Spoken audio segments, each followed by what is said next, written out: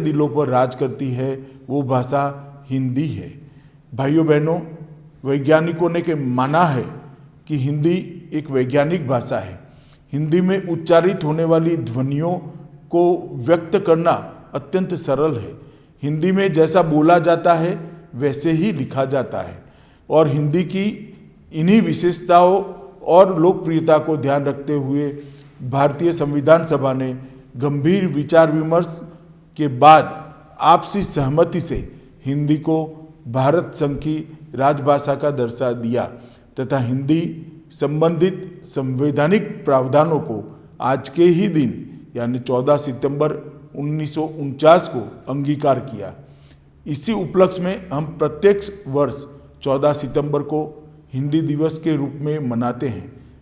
प्यारे देशवासियों, जैसा कि आप जानते हैं, कोरोना के कारण भारत ही नहीं अपितु पूरी दुनिया में गंभीर संकट आ गया और सभी देशों ने इस समस्या के निदान पाने के लिए हर संभव प्रयास किए। माननीय प्रधानमंत्री श्री नरेंद्र मोदी जी के नेतृत्व में भारत ने कोरोना की लड़ाई अत्यंत सफलतापूर्वक लड़ी गई है। इस लड़ाई में सभी राज्य सरकारें और भारत की 130 करोड़ की जनता ने भी बढ़ चढ़कर हिस्सा लिया। श्री नरेंद्र मोदी जी के नेतृत्व में इस लड़ाई से लड़ने में हमें अनेक विकसित देशों से बेहतर सफलता मिली और यदि जनसंख्या के अनुपात से देखें तो हम पूरी दुनिया में सबसे कम मृत्यु दर के साथ महामारी से हानि को कम रखने में सफल हुए हैं। इस लड़ाई में माननीय प्रधानमंत्री जी ने देश की जनता के हौसले को बढ़ाने के लिए समय समय पर जनता की भाषा में ही राष्ट्र को संबोधित किया ताकि देश के अधिक से अधिक लोग तक प्रभावी ढंग से बात पहुंच सके। कोरोना काल की विषम परिस्थितियों में राजभाषा संबंधी संवैधानिक दायित्वों के निर्वहन में राजभाषा विभाग ने केंद्र सरकार के कार्यालय में हिंदी का प्रयोग सुनिश्चित किया। माननीय प्रधानमंत्री जी के आत्मनिर्भर भारत और स्वदेशी के संदेश के आह्वान से प्रेरित होकर राजभाषा विभाग गृह मंत्रालय ने स्मृति आधारित कंप्यूटर सॉफ्टवेयर स्वदेशी टूल कंठस्थ को अधिक लोकप्रिय बनाया। विभिन्न सरकारी संगठनों के हिंदी अधिकारियों को ई प्रशिक्षण देकर प्रोत्साहित भी किया है। इसी प्रकार स्वयं हिंदी भाषा सीखने के लिए बनाए गए Leela Hindi app learning Indian language through artificial intelligence का भी प्रचार किया जा रहा है। इस ऐप के माध्यम से अंग्रेजी के अलावा 14 अन्य भारतीय भाषाएं तमिल, तेलुगु, कन्नड़, मलयालम, बांग्ला, असमिया, मणिपुरी, मराठी, उड़िया, पंजाबी, नेपाली, कश्मीरी, गुजराती एवं बोडो से स्वयं हिंदी सीखी जा सकती है। कोरोना महामारी में भी राजभाषा संबंधी कर्तव्यों को ध्यान में रखते हुए राजभाषा विभाग ने केंद्र सरकार के विभिन्न कार्यालयों, विभागों, उपक्रमों आदि के द्वारा प्रकाशित की जाने वाली गृह पत्रिका के लिए ई पत्रिका पुस्तकालय प्लेटफॉर्म उपलब्ध कराया, जिसके माध्यम से देश विदेश में कहीं भी बैठकर केंद्र सरकार के संस्थानों की गृह पत्रिकाओं को पढ़कर उसका लाभ उठाया जा सकता है। वर्तमान में राजभाषा विभाग ने इलेक्ट्रॉनिक माध्यमों से बैठकें एवं निरीक्षण कर राजभाषा संवर्धन में एक नई पहल की है।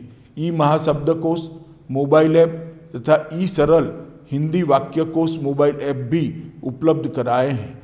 इनके प्रयोगों से अधिकारियों को हिंदी में टिप्पणी लिखने में बहुत सुविधा हो रही है। राजभाषा विभाग गृह मंत्रालय की सुविचारित नीति है कि केंद्र सरकार के कार्यालयों में हिंदी का प्रयोग प्रेरणा, प्रोत्साहन व सद्भावना से बढ़ाया जाए।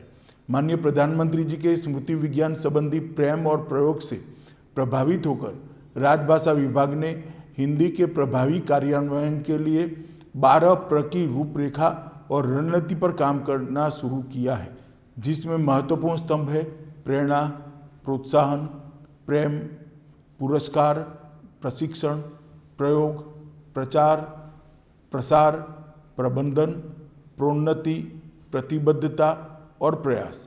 राजभाषा विभाग द्वारा विभिन्न बैठकों में संबंधित कार्यालय के शीर्ष नेतृत्व को इन्हीं 12 प्र की रणनीति के अनुसार कार्यालय के अधिक से अधिक कार्य मूल रूप से सरल एवं सहज हिंदी में करने के लिए प्रेरित किया जाता है। हम सभी जानते हैं कि भारत के माननीय प्रधानमंत्री जी स्वयं हिंदी और भारतीय भाषाओं के प्रति अनुराग रखते हैं। माननीय प्रधानमंत्री जी द्वारा संयुक्त राष्ट्र महासभा में हिंदी में दिए गए ओजस्वी संबोधन तथा देश विदेश में आयोजित विभिन्न कार्यक्रमों में प्रधानमंत्री जी द्वारा हिंदी में किए गए संबोधन से सिर्फ देश ही नहीं बल्कि विदेश में रहने वाले भारतीयों को भी बहुत गर्व होता है। प्रधानमंत्री जी द्वारा भारत के विभिन्न क्षेत्रीय भाषाओं में स्थानीय लोगों को संबोधित करने का प्रयास भी क्षेत्रीय भाषाओं के प्रति सम्मान व्यक्त करने का एक सराहनीय और अनुकरणीय कदम है।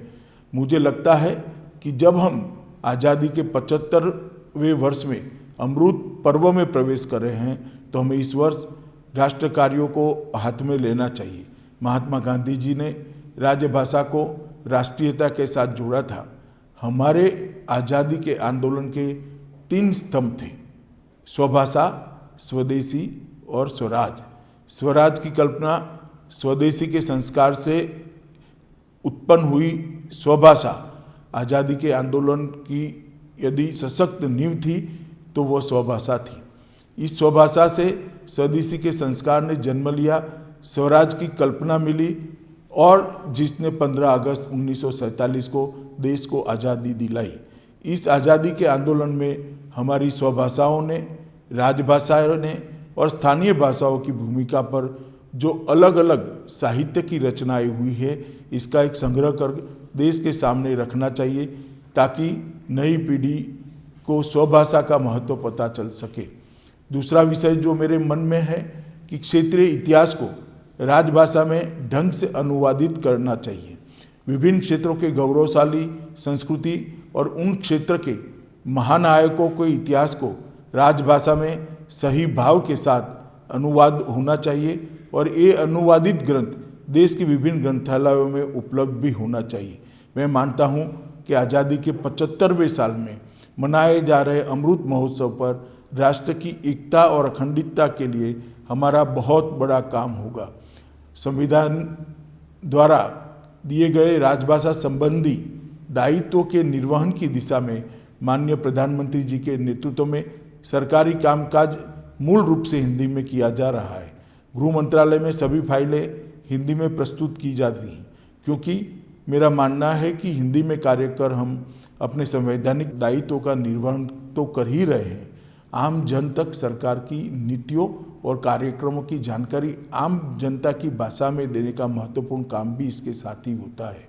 आइए हिंदी दिवस के इस पावन पर्व पर हम प्रतिज्ञा लें कि हम अपने राष्ट्रीय कर्तव्यों का पूर्ण रूप से पालन करेंगे और अधिक से अधिक मूल कार्य हिंदी में कर संवैधानिक दायित्वों का निर्वहन करेंगे। हिंदी दिवस के अवसर पर सभी देशवासियों को पुनः हार्दिक शुभकामनाएं देता हूं। वंदे मातरम।